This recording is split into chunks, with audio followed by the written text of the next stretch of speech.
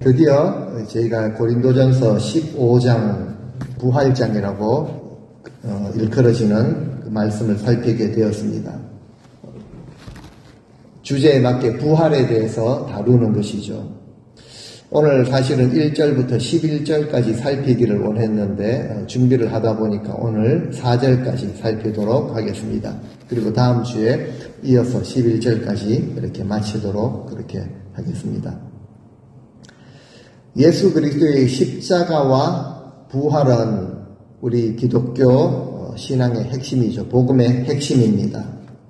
십자가 후에 이제 부활이 있다라는 것은 성경의 원리죠. 하나님이 정하신 원리입니다. 그래서 심은 대로 거둔다라는 이 표현도 여러분들이 잘 아시는 이 표현도 가장 근본적인 이 원리에서 시작을 하는 것 같습니다. 십자가 후에 영광이 있다라는 것이죠. 우리 주님께서 친히 십자가라는 이 씨앗을 우리 위해서 심어주셨기 때문에 하늘의 밀알로 심어주셨기 때문에 부활이라는 열매를 첫 열매를 거두셨고 주님을 따라 우리도 이제 부활을 하는 그런 존재가 된 것이죠. 이것을 이제 고린도전서 15장의 좀 긴 말씀입니다. 58절까지의 말씀을 통해서 우리에게 전하고 계십니다. 그런데 오늘날 교회들은 가장 중요한 이 핵심 교리를 멀리하고 있는 그런 현실이다라고 볼 수가 있습니다. 십자가를 기피하죠. 십자가 지는 일이라 그러면은 피하는 것이 상책이다. 이런 생각을 가지고 있는 것 같습니다.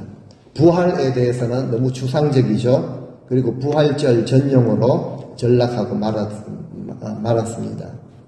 그리고 우리의 신앙이 대체적으로 너무 현실에 맞추어져 있기 때문에 이 부활신앙이라는 것이 점점 이 복음으로부터 좀 소외를 당하고 있다라는 느낌이 들 정도입니다. 그래서 앞으로 우리가 몇 주간 살피게 될 이 너무나도 중요한 이 부활신앙에 대한 교훈들이 진정으로 실제로 우리 삶에 영향을 미치는 믿음으로 연결이 되어져야 한다라는 사실이죠. 지금까지 사도 바울은 이 문제 많았던 고린도 교회, 그 교회 안에서 신앙생활을 하면서 여러 가지 부딪히게 되는 이런 문제들, 그것에 대해서는 내가 이렇게 말한다. 이것에 대해서는, 이 문제에 대해서는 이렇게 말한다. 진단을 했고요. 거기에 맞는 처방을 내렸습니다. 그러다가 고린도전서 15장 오늘 본문에 와서는 신앙생활 쭉 이야기를 하다가 갑자기 무슨 부활에 대해서 갑자기 말하는 것처럼 느껴지기도 할 것입니다. 그런데 가만히 생각을 해보면은 우리 성도들의 신앙은 이 가장 소중한, 이처럼 귀중한 부활의 신앙으로 연결이 되지 못한다면은, 우리가 가지고 있는 신앙이 부활의 신앙으로 연결되지 못한다면 앞으로 15장에서 바울이 계속 이야기 표현하듯이 지금 우리가 지금 신앙생활을 한다는 이거 믿음도 헛것이라고 하십니다. 우리는 여전히 죄 가운데 있을 것이고 모든 사람 가운데 우리가 참 불쌍한 자가 될 것이라, 이런 처지가 될 수밖에 없을 것이라고까지 이야기를 합니다. 하지만 우리가 가지고 있는 신앙이 살아있는 신앙, 진짜 신앙이어서 부활 신앙을 가지고 있다면은 바울이 말하죠. 이제 앞으로 말합니다. 이제 우리는 영광스러운 몸으로 부활할 것이다. 하늘에 속한 이의 형상을 입게 될 것이다. 마지막 나팔 소리 들리는 그 순간에 우리도 순식간에 변화되리라. 새로운 몸으로 변화되리라. 몸의 부활을 확실하게 이야기를 하고 있습니다. 그래서 우리는 지금까지 교회의 신앙생활에 대한 모든 부분도 이 땅에서 삶으로, 이 땅에서의 그런 것으로 마칠 것이 아니라 실제로 부활의 신앙으로 연결되어져야 한다는 것을 바울이 꼭 이야기를 하고 싶었던 것이죠. 가장 중요한 것을 이야기를 하는 것입니다. 강조를 하는 것이죠. 또 실제로 고린도 교회 안에서는 부활을 믿지 않는 자들이 있었습니다. 다음 시간에 살피겠지만 12절 말씀을 보시면 이렇게 말하고 있죠. 그리스도께서 죽은 자 가운데서 다시 살아나셨다 전파되었거늘 너희 중에 어떤 사람들은 어찌하여 죽은 자 가운데서 부활하는 이런 일은 없다라고 하느냐. 교회에게 편지를 할 때요, 그냥 교회 안에 부활이 없다라고 하는 자들이 있었다는 거죠. 지적을 하고 있습니다. 고린도 도시에 대해서 여러 번 이야기를 드렸는데요, 성도들 중에도 적지 않게 그 헬라 철학의 영향을 받았죠. 그리고 바른 신앙에서 벗어난 흔히 이제 헬라 철학, 이원론 사상에 대해서 많이 이야기를 하는데요, 영은 귀하지만 육은 아무 쓸모가 없다. 영은 구원을 받지만 육신은 아무것도 아니다. 그래서 막 살아도 된다. 육체에 관한 한 그냥 살아도 된다라는 사상이 바로 이원론 사상이죠. 그런가 하면 또 은사 깨나 받았다고 나는 성령 충만하기 때문에 육신의 죽음에 대해서는 뭐 별다른 의미를 두지 않는다. 이 땅을 사는 동안 내 영으로 이렇게 살아가는 부류도 있었죠. 그래서 바울이 지금 부활에 대해서 이야기를 하는 것은 너무나도 당연한 일입니다.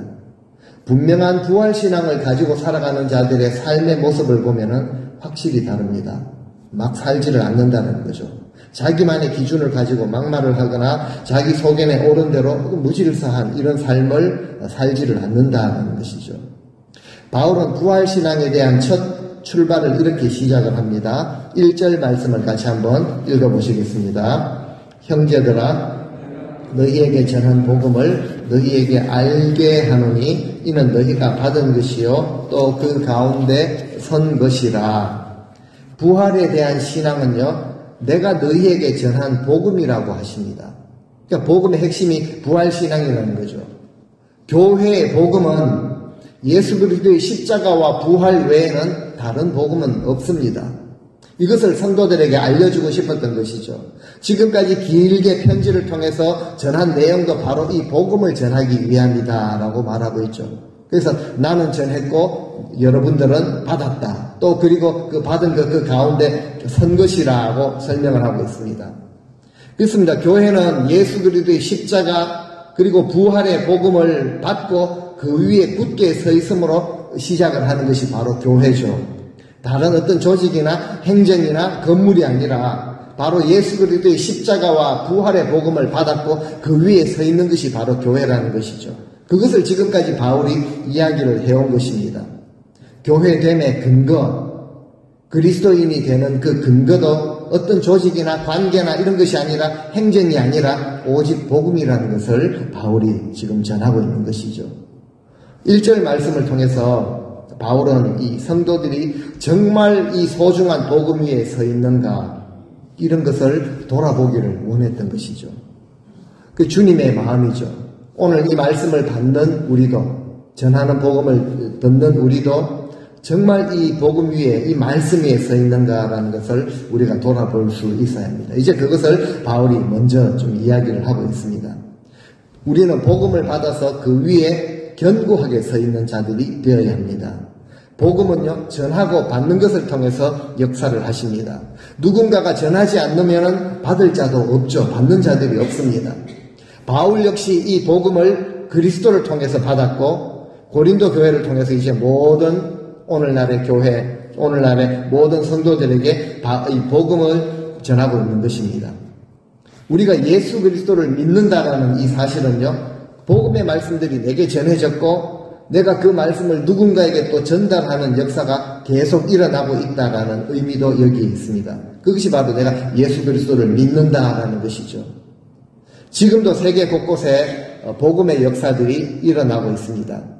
누군가 이 복음을 가지고 가장 귀한 이 복음을, 생명의 복음을 가지고 전달하는 수고, 남미 땅 구석에서, 동남아시아에서, 남태평양의 작은 섬에서, 심지어 무슬림 땅에서도 예수 그리스도의 생명의 복음을 전달하는 수고, 생명을 던지는 헌신을 바칠 수 있는 그 자들을 통해서 주님이 말씀으로 그 영혼들을 친히 찾아가시는 것이죠. 그래서 구원의 역사가 특별히 마지막 종말에 의해서 강하게 지금 일어나고 있다라는 것입니다.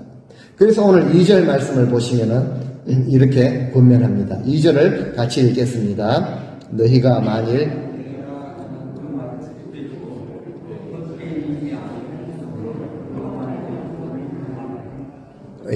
굉장히 중요한 표현을 하시죠. 우리가 만일 이 말을 굳게 지키고 헛되이 믿지 않으면 이것 때문에 구원을 얻게 되는 것이다 라고 설명을 합니다.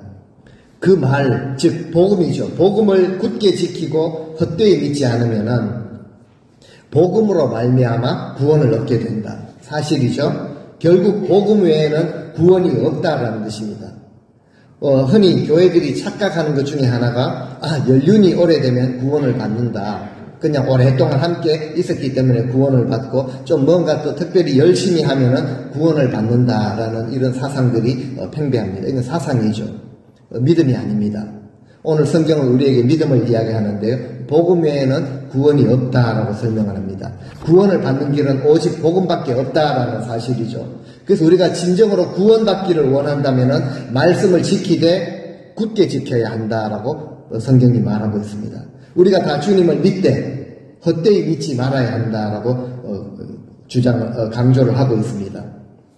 말씀을 지킨다라는 것이 무슨 뜻이겠습니까? 여기 보니까 이제 바울이 전한 그 말씀을 굳게 지키고라고 되어 있죠. 이 표현을 보시면서 여러분들은 다 생각을 나름대로 이렇게 하시니까요. 말씀을 지킨다라는 것이 과연 무슨 뜻일까? 그리고 나는 말씀을 지키고 있는가? 말씀을 지키고 있다면 어떻게 나는 이 하나님의 말씀을 지키고 있는가? 어떻게 생각을 하십니까? 여러 가지로 지금 생각을 하실 수 있겠지만요. 말씀을 지킨다라는 한 가지 확실한 그 기준은요. 내 생각이나 나의 그런 주장, 나의 말 때문에 이 예수 그리스도의 복음이 상하지 않아야 된다는 것이죠. 예수 그리스도의 복음이 가볍게 취급을 당하지 않아야 한다는 것입니다. 이것이 말씀을 지키는 것이죠. 말씀을 지키려는 그런 의지가 마음이 없으면요. 항상 그 자리에 내 생각, 내 주장이 들어가게 되는 것이죠. 그것 때문에 예수 그리스도의 복음이 타격을 입게 되는 것입니다. 복음이 상하는 것이죠. 가볍게 취급을 당하는 것입니다. 말씀이 기준이 되어서 모든 상황을 해석할 수 있는 이것이 바로 내가 말씀을 지키는 것입니다. 내 기준이 아니라는 것이죠. 종교적인 행위나 열심도 아닙니다.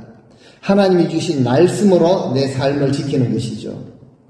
말씀이 상하지 아니하도록 주님의 몸이 상하지 아니하도록 내가 전한 그 말, 그 복음이죠. 특별히 고린도전서를 통해서 지금까지 주신 말씀들을 우리가 굳게 지켜야 한다.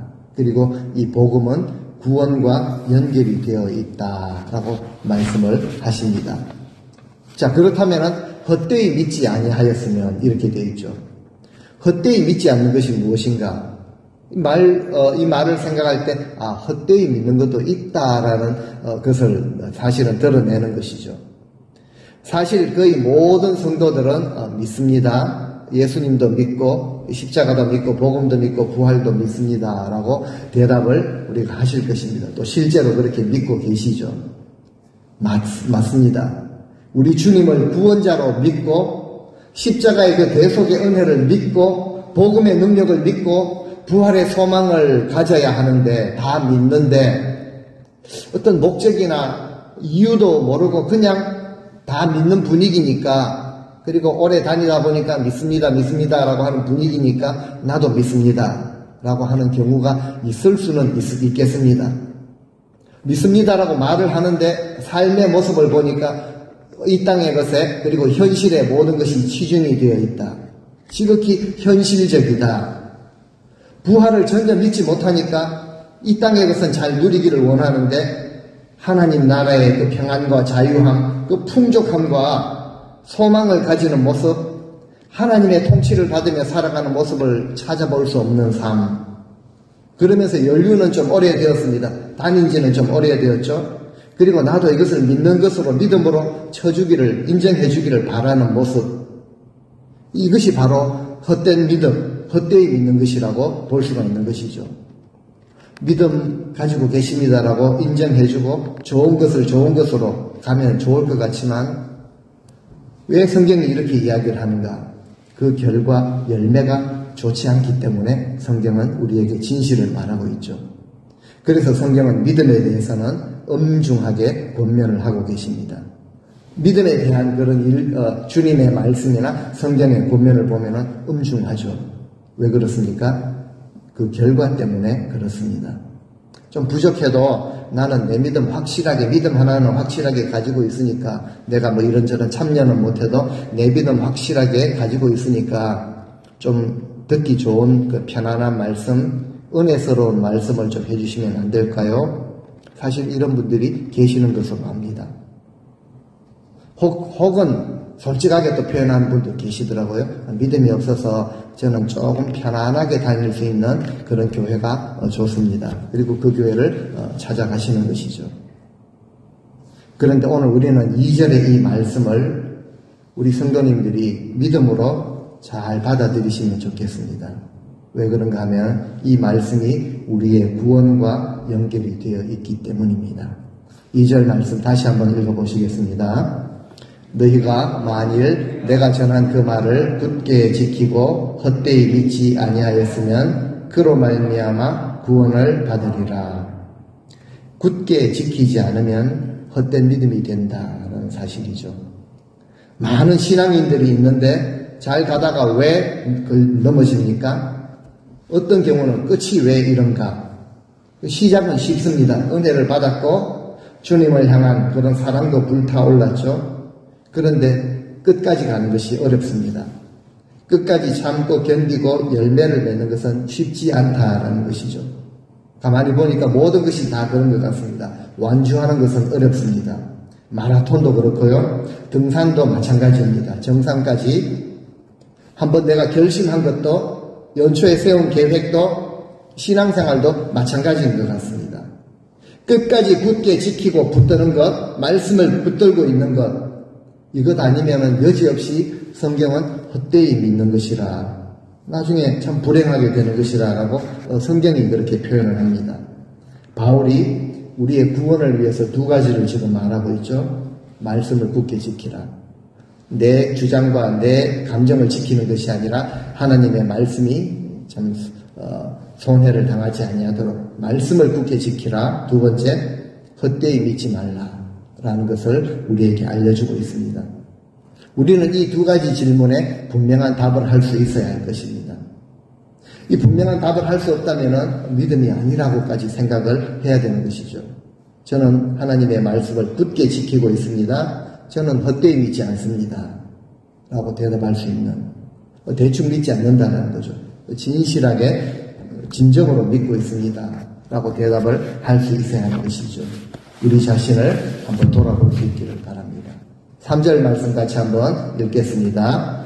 내가 받은 것을 먼저 너희에게 전하였노니 이는 성경대로 그리스도께서 우리 죄를 위하여 죽으시고. 자, 바울이 이 복음을 이제 전하는데요. 이 복음을 바울도 내가 받은 것이라 라고 고백을 하고 있죠. 복음의 출처가 바로 자신이 아니라, 자신의 생각이 아니라, 내 기준이 아니라 예수 그리스도라는 것을 분명하게 밝힙니다. 주님께 받은 것을 나는 전했을 뿐이다 라는 것이죠. 바울뿐만 아니라 우리 역시, 우리 모두는 복음을 받은 자들입니다. 그리고 받은 것이 있다면 전해야 하는 것이죠. 내가 받았으면 그 복음은 전하게 되어 있습니다. 그리고 복음은 생명이기 때문에 그 자체의 힘으로 움직이는 것이죠. 우리는 그저 통로가 될 뿐입니다. 통로로, 이 복음의 통로로 쓰임을 받고 있다면 분명히 이것은 복음을 받은 자임에 분명하죠. 받은 것이 없다면 이 복음에는 도무지 관심이 없습니다. 족보나 여러 가지 사상이나 어떤 이 주장에 관심이 많죠. 그리고 거기에 생명력이 없습니다. 오히려 그 자리에 부정적이고 파괴적인 것이 가득하게 되어 있죠. 그렇다면 바울이 받은 이 복음의 핵심이 무엇인가? 이 핵심을 발견하고 나면 우리도 전하는 자가 될 수 있을 것이라고 말씀을 하고 있습니다. 이제 복음의 핵심을 이제 3절 후반부부터 말하고 있죠. 성경대로 그리스도께서 우리 죄를 위하여 죽으시고, 이렇게 시작을 합니다. 예수 그리스도께서 죽으셨는데 이 주님은, 우리 주님은 자기의 문제로, 자기의 죄로 죽임을 당하신 것이 아니라 바로 우리 죄를 위하여 죽으셨다라고 기록을 하고 있습니다. 이것이 바로 복음이죠. 주님이 나를 위해서 죽으셨다라는 이 사실, 누구나 다 알고 있는 또 고백을 하는 이 사실이 실제적으로 믿겨질 때는요, 내 죄 때문에 죽으신 주님 앞에서 나 자신이 발견되어지는 것이죠. 지식으로 알고 듣고는 있는데 이것이 실제로 믿겨지지 않을 때는요, 항상 우리의 관심이 다른 사람에게 초점을 가질 수밖에 없는 것인데, 이 복음이 나에게 들어올 때, 주님이 나를 위해서 죽으셨다라는 이 고백이 터져 나오게 되어 있는 것이죠. 바울이 그랬습니다. 그리고 그 앞에서 자신의 존재가 발견되어지는 것이죠. 내가 죄인 중에 괴수였다라고 이런 고백을 하게 되는 것이죠. 그런데 여기 보면 성경대로라는 표현이 있습니다. 성경대로. 성경의 어느 한 군데만 기록된 것이 아니라 수십 구절, 수백 구절, 그래서 이 성경을 원어에 보면 복수로 기록을 하고 있습니다. 너무나도 많은 성경 구절들이 예수 그리스도의 대속의 죽음에 대해서 예언을 하는데 그 수백 가지 예언 중에 어느 하나라도 제외됨이 없이 모든 것이 그대로 다 이루어졌다. 그래서 성경들대로, 성경에 하신 그 수많은 수백 구절의 말씀들대로 그대로 다 이루어졌다라는 것이죠. 그렇다면 왜 주님께서 우리 죄 때문에 죽으셔야만 했는가? 이것을 우리는 생각할 수 있어야 합니다. 왜 거룩하신 하나님의 아들이신 주님께서 다른 사람 생각보다는 자기 자신, 나의 이 죄 때문에 왜 주님이 이 땅에 오셨고 죽으셔야만 했는가? 바로 내가 가지고 있는 죄의 삭선, 사망이기 때문에 그렇습니다. 하나님의 법이죠. 죄의 삭선 사망이다. 모든 죄인은 죽어야 하는 것이죠. 내가 죽어야 하는 것입니다. 그래서 구약의 제사를 통해서 구약의 제사를 드릴 때 짐승 제물을 통해서 제사를 드리죠. 속죄 제물에다 머리에다가 안수를 합니다. 내 죄를 이 짐승에게 전가를 시키는 것이죠. 나 하나님 내 모든 죄를 이 양에게 전가를 시킵니다. 그리고 이 제물을 잡아서 하나님 앞에 올려드리죠. 하나님 대신 이 제물을 받으시고 저를 살려주십시오. 그리고 제물을 죽입니다.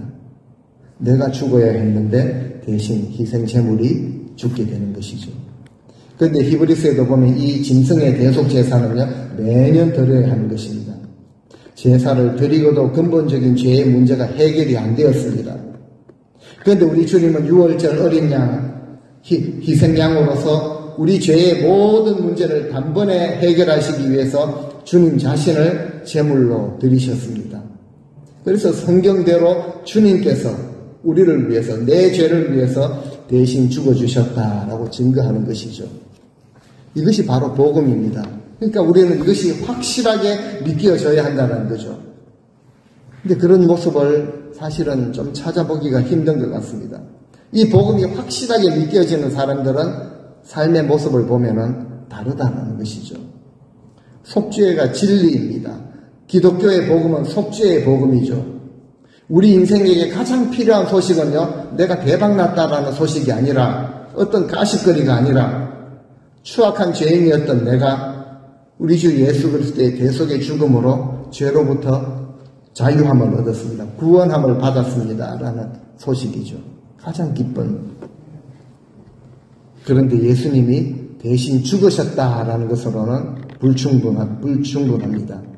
죄와 죽음의 문제는 해결이 되었지만 이것으로 우리가 영원히 산다라는 보장이 없죠. 그래서 이제 복음이 이어지는데요. 오늘 말씀 마지막 4절을 같이 한번 읽어보시겠습니다. 장사 지낸 바 되었다가 성경대로 사흘 만에 다시 살아나사. 계속해서 바울은 엄청난 짧은 이 한 구절이지만요, 우리에게 엄청난 복음을 지금 전하고 있습니다. 우리 위에 돌아가신 그분이 장사를 지내셨다. 3일 동안 무덤에 계셨다는 거죠. 3일 동안 어떤 상태로 되셨습니까? 앞으로 깨어날 수 있는 무의식 상태, 깊은 잠에 들어있는 상태가 아니라 장사 지냈다라고 성경이 기록을 하고 계시죠. 3일간 시신 상태로 계셨다는 거죠. 완전히 죽으셨는데 이제는 죄와 사망, 우리가 감당해야 될 그 죄와 사망, 어두움의 죽음의 권세를 깨뜨리시고 다시 살아나셨다라는 것을 선포하고 있는 것입니다. 그래서 우리의 죄의 문제가 해결되었을 뿐만 아니라 우리가 살 수 있고 영원히 살 수 있고 마지막 날에 우리가 새로운 몸을 입고 다시 사는 생명의 길을 우리 가운데 열어주셨다.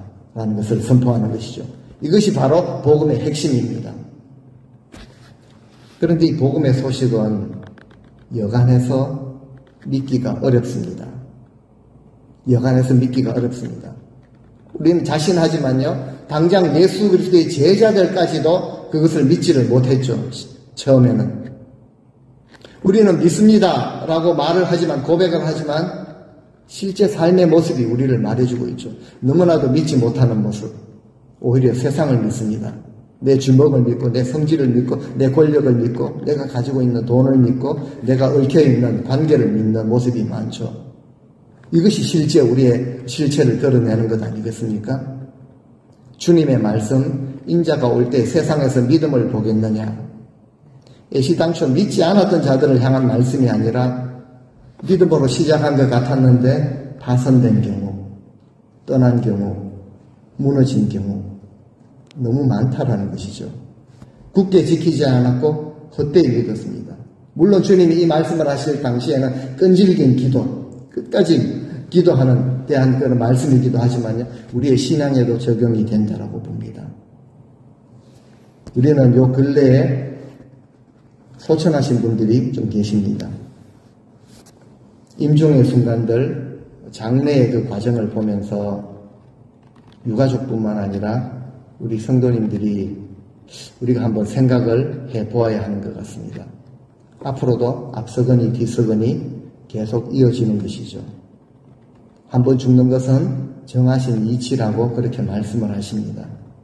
그래서 안 죽으려고 뭐 이렇게 물론 건강은 유지하시되 안 죽으려고 뭐 이렇게 두려워하는 것이 아니라 우리는 잘 죽으려고 이것을 준비해야 됩니다. 정말 실제 믿음의 사람의 자세고 그리고 지혜로운 자들의 자세죠. 앞으로 주어질 영원한 삶, 우리에게 주신 이 부활을 통해서 주신 영생, 이것을 실제로 믿는다면은 이 귀한 삶을 준비할 수 있는 믿음이 우리 삶에 드러나야 한다는 것이죠.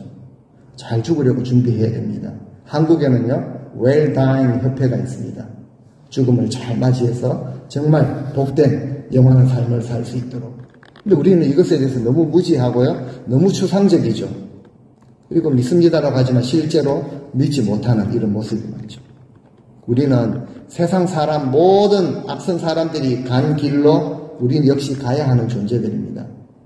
시편 90편을 보니까 모세의 그 시편인데요, 이렇게 기록을 합니다. 우리의 연수가 70이요 강건하면 80이라도 그 연수를 자랑하는 것은 수고와 슬픔뿐인데 우리가 신속히 가는데 우리가 날아간다라고 표현을 합니다. 백세수를 누려서도 한순간 살아온 인생을 돌아보면 날아간 인생이죠. 성경의 표현이 기가 막히게 맞다라고 생각을 합니다. 70이고 강건하면 80인데 요즘은요 90이고 강건하면 100입니다. 90수, 100수를 누리셔도 흔히 호상이라고 말을 할 수 있을 것입니다. 그런데 때로는 너무 마음이 아픈 그런 죽음을 맞이하는 분들도 계십니다. 사고나 질병으로 갑자기 그렇게 부르시는 경우, 그리고 마지막에 특별하게 고생을 하시다가 가시는 그런 경우도 있습니다. 어떤 사람은 우리가 볼 때 참 못된 사람인데, 악한 사람인데 죽지도 않고 다치지도 않고 오히려 건강하게 떵떵거리며 누리며 다닐 때 다 다니고 사는 자들이 있습니다. 그런가 하면 믿음으로 살려고 애쓰던 분이었는데요, 사고나 질병으로 일찍 돌아가시게 되면 안타까움을 넘어서 비통한 마음을 금할 길이 없습니다. 하나님을 향한 원망의 마음이 생길 수도 있고요, 내가 가지고 있는 믿음에 대한 의심이 생기기도 할 것입니다. 근데 분명한 사실은 그 모든 때를 우리가 주장할 수 없다는 것이죠. 하나님이 때를 정해 놓으셨다는 사실입니다. 하나님은 우리 인생과 다르시기 때문에 정말 하나님이 우리에게 원하시는 것은 우리로 하여금, 우리 믿음의 사람들로 하여금 이 확실한 믿음, 이 부활의 신앙을 가지고 살기를 원하신다라는 사실이죠. 우리 기준으로 볼 때, 남은 어린 자식들을 볼 때 조금 일찍 좀 고생하시다가 너무나도 갑자기 가시면 우리는 흔히 불쌍하다라는 표현을 하기도 합니다. 그런데 정말 믿음의 눈으로 볼 때 불쌍한 사람이 맞는가? 우리는 인간적으로 그렇게 생각할지 모르지만 전혀 틀린 말입니다. 부활의 신앙이 있다면은 아직은 젊은, 아직은 일할 수 있는 그 누군가의 죽음이 불쌍한 것이 아니라 성경은 오히려 반대로 말하고 있죠. 상황을 이야기를 하고 있지 않습니다. 그냥 예수 안에서 죽는 자들이 복되다라고 하십니다. 예수님을 진정으로 믿지 못하고 죽은 자들이 제일 불쌍한 자들이죠. 그리고 복음을 굳게 지키지 못하고 헛되이 믿다가 죽은 자들은 더욱 불행한 자들이 될 것입니다. 제 말이 아니라 고린도전서 15장에 나오는 말씀이죠. 우리는 흔히 부활신앙이라고 하면은 죽음을 실제로 눈에 앞둔 그런 노인들, 병으로 죽어가는 중환자들, 호흡기를 달고 있는 자들에게만 필요하다는 생각을 할 수도 있는데요. 이거 큰 오해 아니겠습니까? 부활해서 천국에서 다시 만난다는 믿음은 장례식장에서만 해당되는 것이 아니라는 것이죠. 부활신앙은 죽음을 눈앞에 둔 사람들 뿐만이 아니라는 것입니다. 죽어서 내가 천국 갈 수 있다라는 그 신앙이 부활신앙이 아니라 오늘 이 땅을 살아가는 우리 모두에게 매일매일 실제적으로 필요한 신앙이, 살아있는 신앙이 바로 이 부활신앙이라는 것입니다. 왜냐하면 이 부활신앙이 우리 삶의 가치관과 방향, 태도를, 삶의 질을 결정할 뿐만 아니라 가장 소중한 그 주님 앞에 섰을 때의 결과를 결정해 주기 때문에 가장 중요한 신앙이라고 말할 수가 있습니다. 진정한 믿음, 부활의 신앙을 가진 자들의 삶의 모습, 성경은 이것을 우리에게 말하고 계시죠. 어떻게 나타나게 됩니까?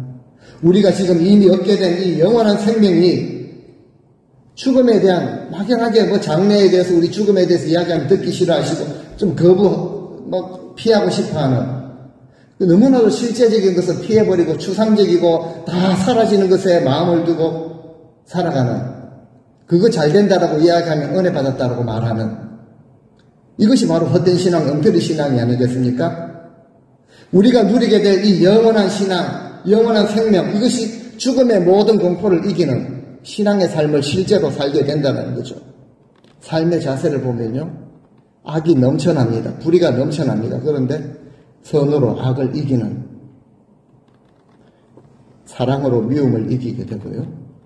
진실함으로 인내로 모든 불의와 거짓을 이기는 모습이 그 삶에 드러난다. 이것이 진실한 신앙이다 라고 말을 하고 있습니다.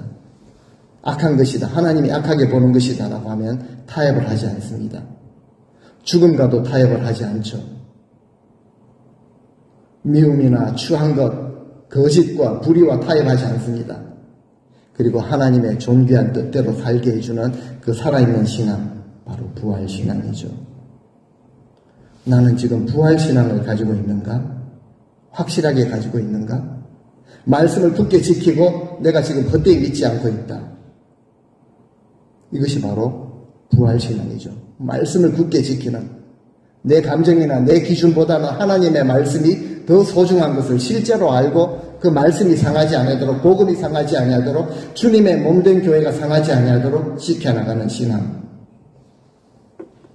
우리가 이 부활신앙으로 인해 세상 사람들과 구별된 그런 삶으로서 하나님께 영광을 돌려드리는 이런 삶을 우리는 살아가요.